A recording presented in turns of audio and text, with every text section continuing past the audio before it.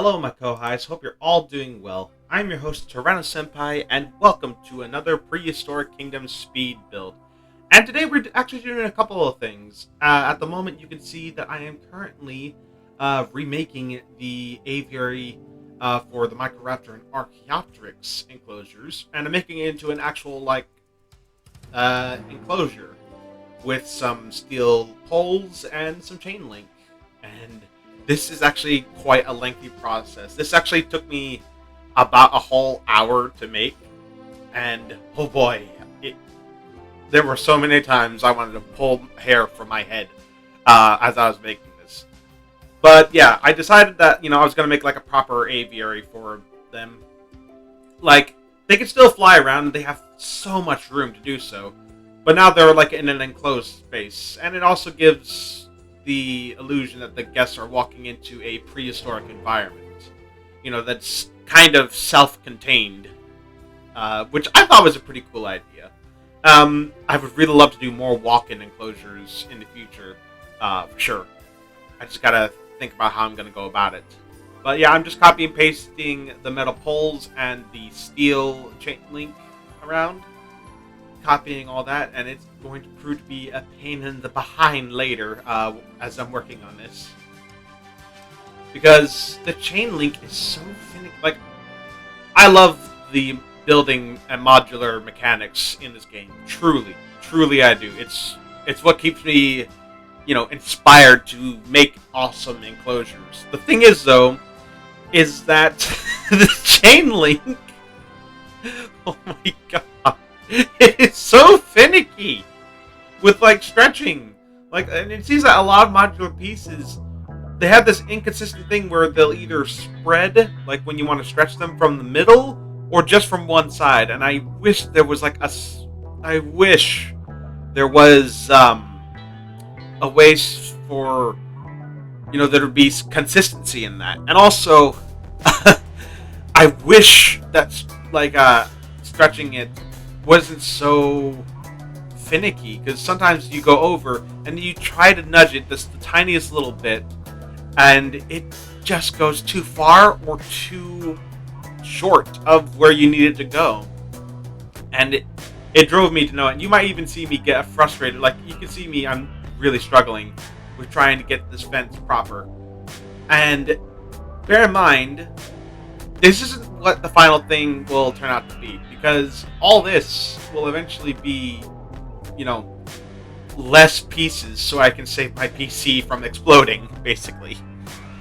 So this is just giving me a rough idea of what I want the pen to look like, but it won't be what it looks like in the end. So yeah, this probably cost me a couple of hairs to make. But you can see now I'm stretching up the poles, excuse me. So I don't have to use as much. And I'm going back and deleting all the ones I don't need. And I do this for quite a bit. I swear, I love this game. Love this game to bits, I really do. But they really do need some polishing done with these building mechanics. I mean, it's an early access, so there's still a lot of things the devs need to perfect before it's, done, basically. And this is serviceable. I just hope that, in the future, this building mechanic gets better. Yeah, I'm just not going back and deleting the extra pieces and copying and pasting wherever it's needed, which is quite a lot, actually. I also do eventually go back and make a custom sort of sign, for the "Don't Feed the Animals" sign. But unfortunately, I didn't record that because it was such a minor thing. But honestly, I really need to make a habit of recording everything I do, because there's so much that happens behind the scenes that people don't know about, especially with the build that would later come into this, because this video will also be the Protoceratops build. And a lot of things happened after I finished recording that I kind of noticed. There were some flaws in the pen, and I had to fix it. But we'll get to that when we get there. But now I'm just stretching the chain link, trying to get it nice and proper, and getting quite annoyed with it, because you can see me going back and forth, trying to stretch it, and you can see like me struggling to do it. It's crazy. Again, love this game, but there are some criticisms to be made here. Anyway, once I find the length I want, I stretch it all over the top of the pen. What would really be cool is if I could make like a sprinkler system or something, or a humidifier, like put some fog in there or something, so it's like hot inside. Like the inside of the aviary is like a controlled environment, basically. Like how cool would that be? Like you walk in and it's just, oh my god, it's hotter than a goat with a blowtorch in here. And you just come in, you're all sweating. Obviously, you wouldn't stay in there, otherwise you'd probably die or something. This is getting real dark, but seriously, I would love to manipulate the environment to the point where I can basically turn this whole aviary into a foggy sort of biome, if you know what I mean. I mean, I'm sure there are probably going to be some special effects they add, like with the smoke and the flames they had in the past, and make something like that, but I don't know for sure. Now you can see me grouping everything together so it's all one group. Whether or not I make this modular piece for the workshop is completely unknown to me. If you guys want this, let me know, and I'll definitely put it in the same workshop if enough people want it. And now I'm filling in some blanks with vegetation, and I've also added some leaves along the path, because the new path one of the new paths they added has leaf litter, which is a godsend, because now I can make a proper walk-in enclosure like this one and put some trees around it and some terrain paint over it to actually make it look like you're walking through the environment. And oh my god, it just makes this thing come to life even more, and I love it so much. Now I'm just putting down some garden plants and some mushrooms, which are new to the game. I kind of like the Amanita ones, but that's mostly because I play Path of Titans a lot, and you know me, I've been collecting those like a mother. But now we're done with the aviary, for the most part, and now we're moving on to the Protoceratops habitat, and I wanted to really challenge myself with this particular one. Not necessarily the inside of the enclosure, but the fence. I decided to go with a concrete, arid sort of fence here, because Protoceratops is a desert animal. And now I'm just trying to, connect it all together. And what I decided to do is I wanted to modify the fence a little bit to make it look less, generic, I guess. I mean, all the fences are really cool, don't get me wrong, but there's always room for improvement, and I saw where there was an opportunity. And I decided to use some modular pieces, like this chain link. This is a very chain link themed build, as you can clearly see by my handiwork here. Yeah. So I put some chain link over the top there, and of course I'm going to cover up all the edges and stuff like that with concrete blocks and things like that, which I think made it look much nicer. I even managed to get the colors right on the first try, and I was so proud of myself for that. This actually took quite a long while to actually pull off, because I did it around the entire fence. The entire fence. And it's not a straight line. There are curves in this pen. So I had to do a couple of rounds with this. I think this took like an hour and a half to make. And a majority of it I did not film because, oh my god, it took so long. And honestly, these speed builds are quite lengthy already. And I don't want like a 45-minute speed build unless that's something you guys want. But you get the basic idea. I just put some cylinder columns where where it's appropriate, and then I put some square ones in between. And this goes on for quite a bit. I copy and paste it, make sure it's all nice in the middle. And as I'm doing this, I should mention, I don't know why this is important, but like when I make these builds, I like to listen to something, whether it's music or a podcast, something like that. In this instance, I was listening to a comedy show. I know it's weird because normally that requires some visual gags, but honestly, I thought it worked well enough.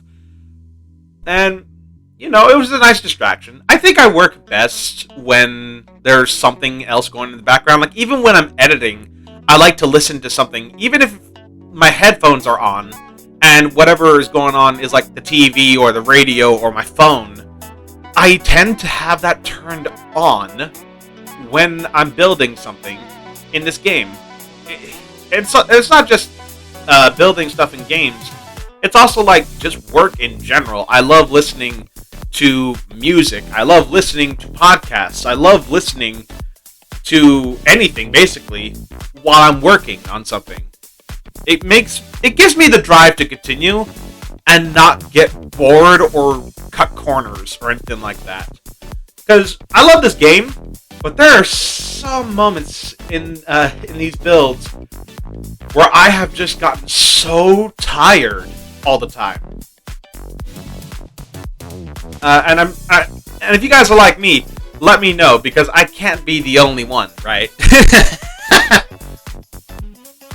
But now I'm just going through and, you know, this is the tedious part of this build. This is like the worst of what I had to put up with. Even more so than the aviary.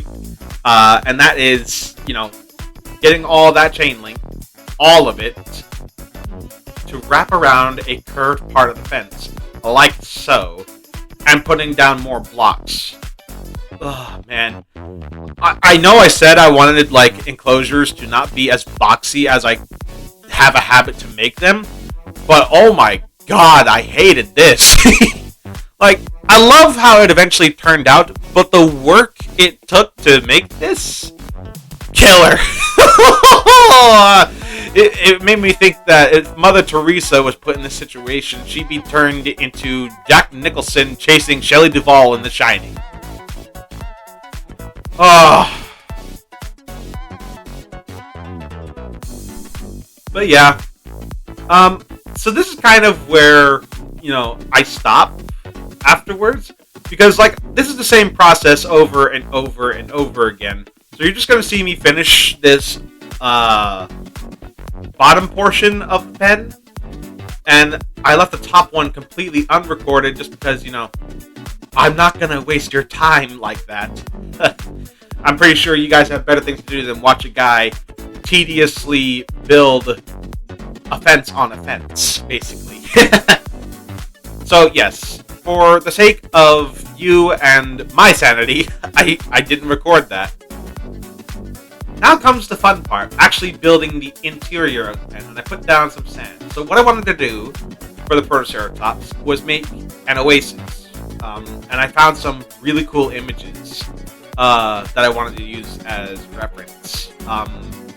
So I'm now going into the hatchery, and I'm, you know, picking the Protoceratops. And there's so much variation in the individuals in this game. It's crazy. You got ones that have yellow frills. You got ones with white ones and orange ones. There are some that are brown. There are some that are brown with orange stripes. Some with yellow stripes. The variation in each of these individuals is absolutely insane. Anyway, it's now time to construct the OASIS, and I wanted to build like a pit, basically, for them. You know, go downhill and get their water. I also wanted to make some sand dunes, but obviously, I don't work well with terrain tools. I don't know geography. Anyway, so I made them like a little watering hole and a place for them to, you know, swim if they want to cool off. Pretty deep water. I smooth it out, you know, get rid of all the corners that I see, and I started putting down some trees. Thank God there's an OASIS vegetation sort of selection for this. And now here you see me putting down some dunes, which I will smooth out so, you know, it doesn't look like a mountain. Yeah, look at that.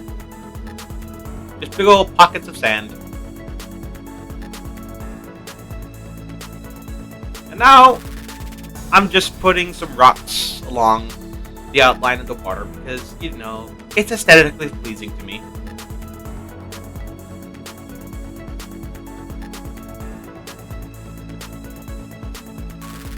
And I do this for not as long as I usually do. I think I'm honestly getting better. Now, this is my favorite part. Protoceratops don't really like a lot of forest in their habitats, but there's a loophole in that garden plants don't count as habitat plants. So I could put down as much elephant grass as I wanted around the water. And damn it, that is what I did. I also thought about putting a feeder down there, but for some reason it just wouldn't work. So I just put down a termite mound instead, and for some reason that worked, and I don't know why. We won't question it. So now they have a place to drink, and if they want to, they can also get the termites on the side. Yeah, I really love how this oasis really turned out in the end with the elephant grass poking out and things like that. I continue making some rocks, you know, around the edge. You know, just making it look pretty. Not so boring.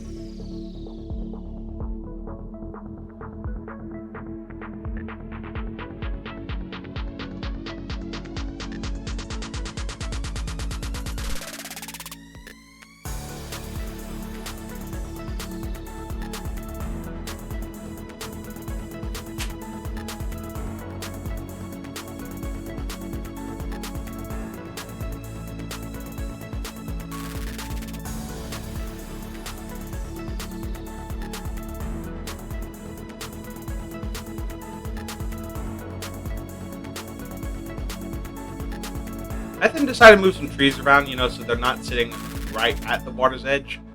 Because these are desert plants, and yeah, I don't think they want to be that close to the water. And then I put down some more elephant grass because I think it looks awesome this way. Don't judge me. And that's basically the oasis done. Now I decide to pepper the sand with some grass, you know, to break up the color a little bit. You know, because as cool as a desert biome is, just a lot of sand is boring. So I put in some grass, you know, to break up the color of all that sand. And I decided to modify a cave. Now, I do eventually want to make like proper shelters in Prehistoric Kingdom, like my own, without using any of the prefabs. It's just that the Protoceratops pen is a bit small for what I'm actually going for, so I think I'll save what I had in mind for Ceratopsian or something like that. Oh, and speaking of which, like last time, I did put up a poll on the channel of which dinosaur do you want, well, I should say, which creature do you want the next enclosure to be? Between Dilophosaurus, Coelophysis, Cynotherium, and Muttaburrasaurus. And an overwhelming number of people really want to see a Dilophosaurus enclosure. I mean, I probably should have seen that coming, because it's a very well-known dinosaur. So, at the moment of recording this, it looks like Dilophosaurus will be the next dinosaur after Ceratopsian, so the next speed build. And then, in a shocking turn of events, you guys really want to see Cynotherium next. And you know what? I'm okay with that. A grassland animal? That would be awesome for, you know, for the park. Anyway, you now see I'm actually making like a little fun thing for the feeders, like a little platform for them to get on. I don't know why I felt compelled to do this, but I felt compelled, and you know what? I really like how it turned out. It kind of reminds me of the Target logo, not gonna lie though. I will admit. I then put down some ice fruit feeders, put down some more sand, and that's basically the build right there. I do add a couple more details, which will become apparent after, you know, this build is officially done. But this is basically it. So with that out of the way, let's go ahead and take a look at how it turned out.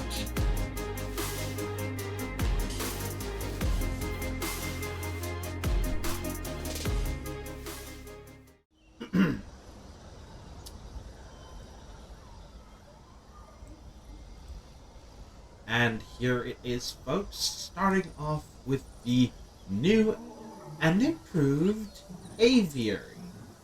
So, like I said before, we have the do not feed the animals sign here. To keep the guests from tossing food where it's not supposed to go. I might also want to excuse me, post more of these in other locations in the park as well, just to be sure that guests don't be stupid. But as you can see, it's just, two signs, a metal pole, and a little stand right here. Just fit into the ground like so. And then, of course, over here there is a trash can. We highly encourage that people do not throw trash on the ground or in the enclosures to be little pricks because, we want to keep these animals safe and healthy. And if you're just going to throw trash or a cigarette, especially in these enclosures, you're just causing issues. Like, imagine if someone actually threw a cigarette in this thing and it caught fire. Holy hell, that'd be so much property damage. Anyway, I've also installed lights to go around here to light up the way in the dark. Actually, hold on. I think there's an oopsie here because it looks like I have one additional light that's not supposed to be there. There we go. So, obviously, I don't think a lot of guests are going to be moving around at night, realistically. But if they do, this is the view they get. Look at that. Now it truly feels like a jungle of some sort. Again, I would really love like a fog uh, special effects as a modular piece because look at this. We have fire, we have smoke, and we have water. So why not have fog or mist as like a thing you could put down? That would be incredible for enclosures like this one. Uh, yeah. So the whole aviary is actually now just one giant structure that is one big old piece. And of course, you go through here. The donation boxes and information boards are still here, but now you have this leaf litter path, which, if you don't look too closely, really blends in with the environment. Like from here, if you don't look too closely, it blends in naturally. And look at that. That is so beautiful. You're literally walking into the enclosure, and it just immerses you into what I think is a pretty dang good um, good match for being inside like a prehistoric world. Of course, we have our Microraptors over here, chilling, living life as usual. Um, Trying to see if one of them will take off. I haven't seen any of them move just yet. Oh wait, there's one. There's one right there on that branch. Look at that.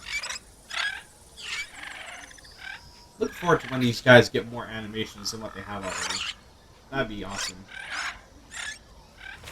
Look at that. There it goes. But yeah, all these new plants that we put down, and the mushrooms too. Don't touch these or eat these. They are poisonous. But yeah, I kind of wanted to turn this aviary into a botanical garden, and I think I succeeded in that. And then, of course, we have our Archaeopteryx over here. Just chilling, living life. And, of course, I kept the theme of them having two different environments. One was tropical and one was temperate. But yeah, this whole aviary is meant to be a controlled and mini ecosystem for all these small animals. And I'm quite proud of how it turned out. It's just such a shame that this took forever to finish. Anyway, then you would come out here, and then you have the another do not feed the animals in case you're coming from this way, and another trash bin. So there's no excuse for you to be dumping trash in this enclosure. Anyway, then you would go over the Velociraptor pen, which we have we've had a look at before. If you haven't watched that video, please do give it a once over. I've worked really hard on this. Then you would pass through the Psittacosaurus enclosures, and then you would reach the subject of today's video, the Protoceratops OASIS, where we have binoculars so you can look down at the Protoceratops when they're drinking or eating from down there. We have an information board right here where you can read up on the Protoceratops. We have some more binoculars right over here. Really cool. So I didn't mention this in the previous, in the build itself while I was making this, but I did put down some of these dead trees for aesthetics choice, and also because this whole pen looked very empty without, without these trees here. I mean, it looks so boring if I just had these taken off. It's so much empty space that went unused. So I just put down some dead trees, and it just came to life all the more. And also, you may have just noticed, there are more Protoceratops in this enclosure, and there have been so many variations here. And look at this one. Look at this one right here. We have like orange frill with white markings here, and its body's like a dark reddish brown with red stripes. And then we have a mutation here. We have a Louis Protoceratops. I'm not going to say the whole mutation name because I don't know how to say it, and I think from now on we're just going to refer all mutations with a shorter name. So Louis, Melly, and Aldi, respectively. Yeah, isn't she beautiful? She's so cool.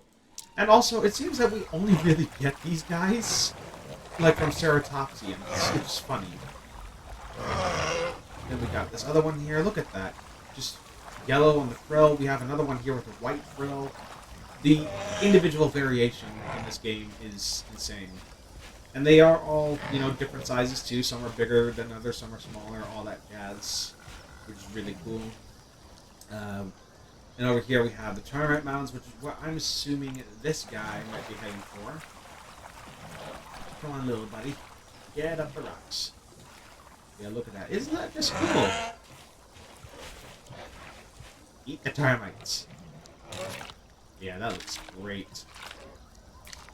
So, they can have, an awesome snack on some waterfront property, which I thought was pretty cool.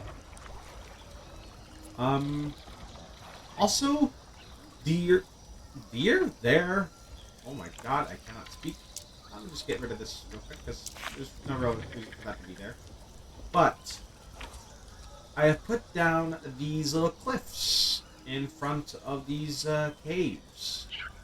Mostly because I'm hiding a bit of terrain that won't flatten, won't raise, and won't lower, no matter what I do.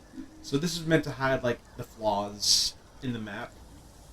But it still looks really cool. And you wouldn't know that unless, I told you, or unless I showed you. So there you have it. But yeah, I really love how this enclosure turned out. I am also pretty happy with how I made the features. I mean, look at that. I'm so proud of making this, and I don't know why. I just am. It's just a fun little thing that I made, and that's all it is. It's just fun.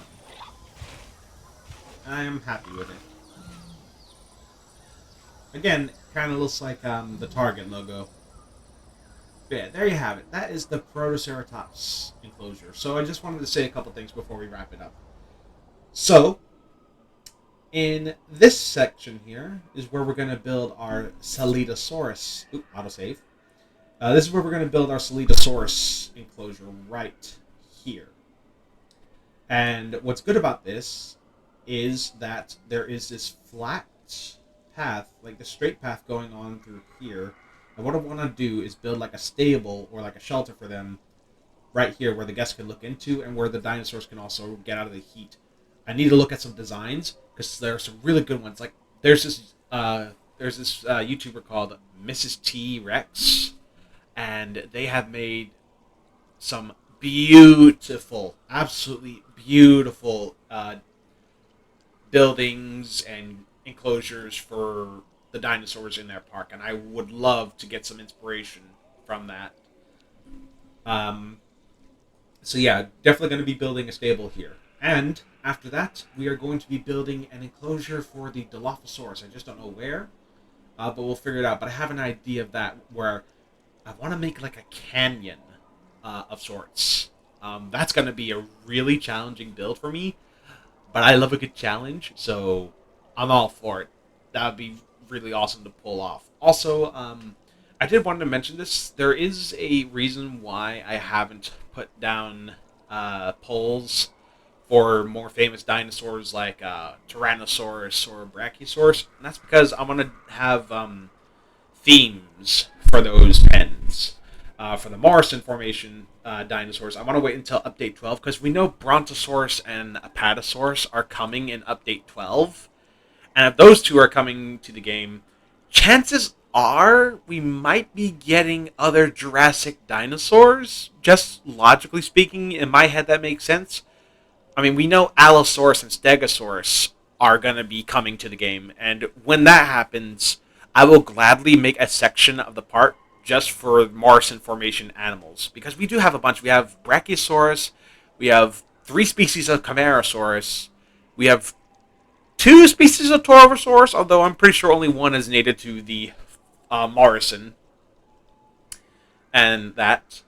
And I don't really need to make a Hell Creek theme section of the park for the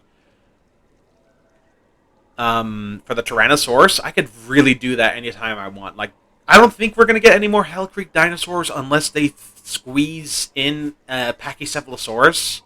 Although I doubt that.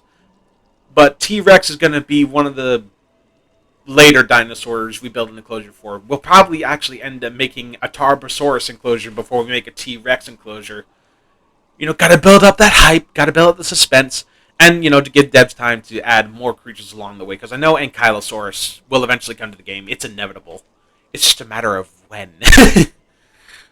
And there's also stuff like, you know, Horse Creek, or whatever it was, with the Pachyrhinosaurus and Edmontosaurus. You know, Alaska and Canada, that sort of thing. But that is basically it. I just wanted to give you some news about how this build is going to go, and let you guys know what the plan is for the park. So next enclosure will be Salitosaurus, then Dilophosaurus if it wins the poll by the next video. Also, like I said before, if you do want me to put this aviary in the Steam Workshop, let me know in the comments. If enough people want it, I will gladly put it there. And it basically comes with all this. Like, all this foliage, all of this. And that's it. It just takes off so much of the work, because I know a lot of people must have lost their minds when they were trying to squeeze this around. But yeah, if you want this in Steam Workshop, give me a shout, and if enough people want it, I'll put it on. But yes, that is the end of the video. Stay tuned for next time when we build the Salitosaurus enclosure. And with that said, it's time to wrap it up. If you enjoyed this video, leave a like, subscribe today, hit that notification bell so you don't miss anything new. All my links are in the link tree in the description down below. And until next time, this is Tyrannosaurus signing off. Alright then, take care now. Bye-bye then.